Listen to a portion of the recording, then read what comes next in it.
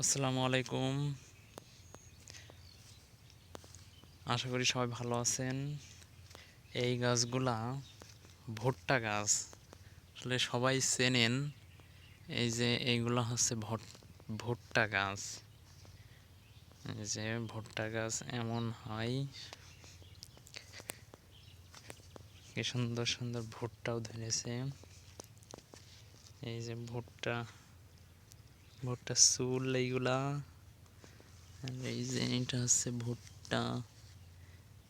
এই যে দুইটাও ধরেছে, কোনোটায় একটা ধরেছে।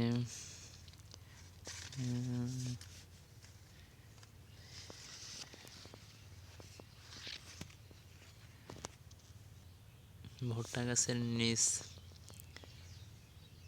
এই যে এমন